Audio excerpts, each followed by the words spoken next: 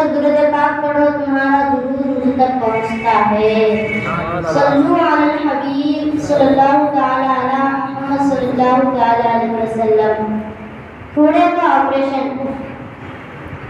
آفتاب شریعت و طریقت شہزادہ اعلیٰ حضرت حجت الاسلام حضرت مولانا حامد رضا خان علی رحمۃ الحنان بہت بڑے عالم علوم اسلام، پروانہ شمع بزم شاہ انام، جانثار صحابہ کرام، محب اولیاء کرام اور عاشق درود و سلام تھے۔ جب بھی علمی و تدریسی اوقات سے فرصت پاتے ذکر درود میں مشغول ہو جاتے۔ آپ کے جسم اقدس پر پھوڑا ہو گیا تھا جس کا آپریشن ناگزیر تھا۔ ڈاکٹر نے بے ہوشی کا انجیکشن لگانا چاہا تو منع فرما دیا۔ آپ درود و سلام کے ورد میں مشغول ہو گئے۔ عالم ہوش و حواس میں 2-3 گھنٹے تک آپریشن ہوتا رہا۔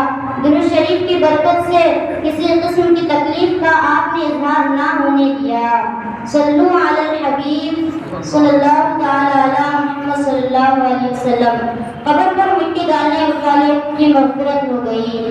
ایک شخص کو انتقال کے بعد کسی نے خواب میں دیکھ کر پوچھا، ما فعل اللہ بک، یعنی اللہ عز و جل نے آپ کے ساتھ کیا معاملہ فرمایا؟ جواب دیا، میرے اعمال تولے گئے، گناہوں کا وزن بڑھ گیا، پھر ایک تھیلی میرے نیکیوں کے پردے میں ڈال دی گئی جس سے الحمدللہ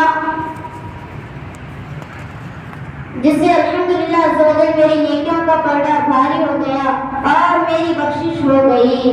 جب اس تھیلی کو کھولا گیا تو اس میں وہ مٹی تھی جو میں نے ایک مسلمان کی تدفین کے وقت اس کے قبر پر ڈالی تھی۔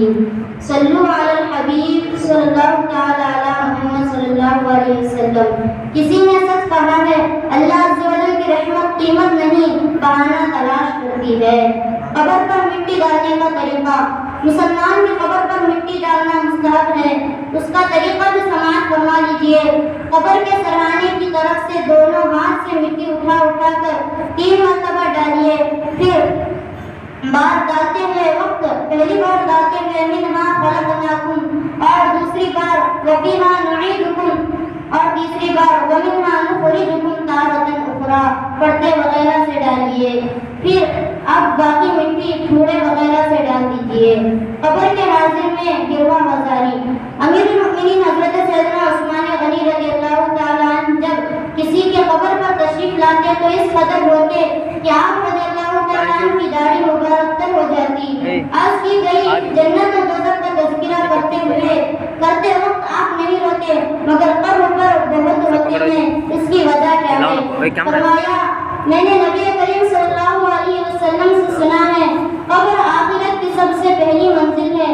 اگر صاحب قبر نے اس سے نجات پائی تو بعد کا معاملہ اس سے آسان ہے، اور اگر اس سے نجات نہ پائی تو بعد کا معاملہ زیادہ سخت ہے۔ خوف عثمانی۔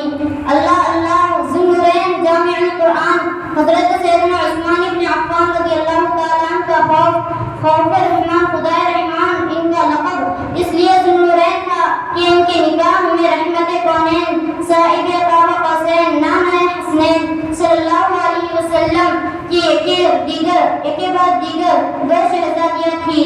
انہیں دنیا ہی میں قطعی جنتی ہونے کی بشارت مل چکی تھی اور ان سے معصوم فرشتے حیا کرتے تھے۔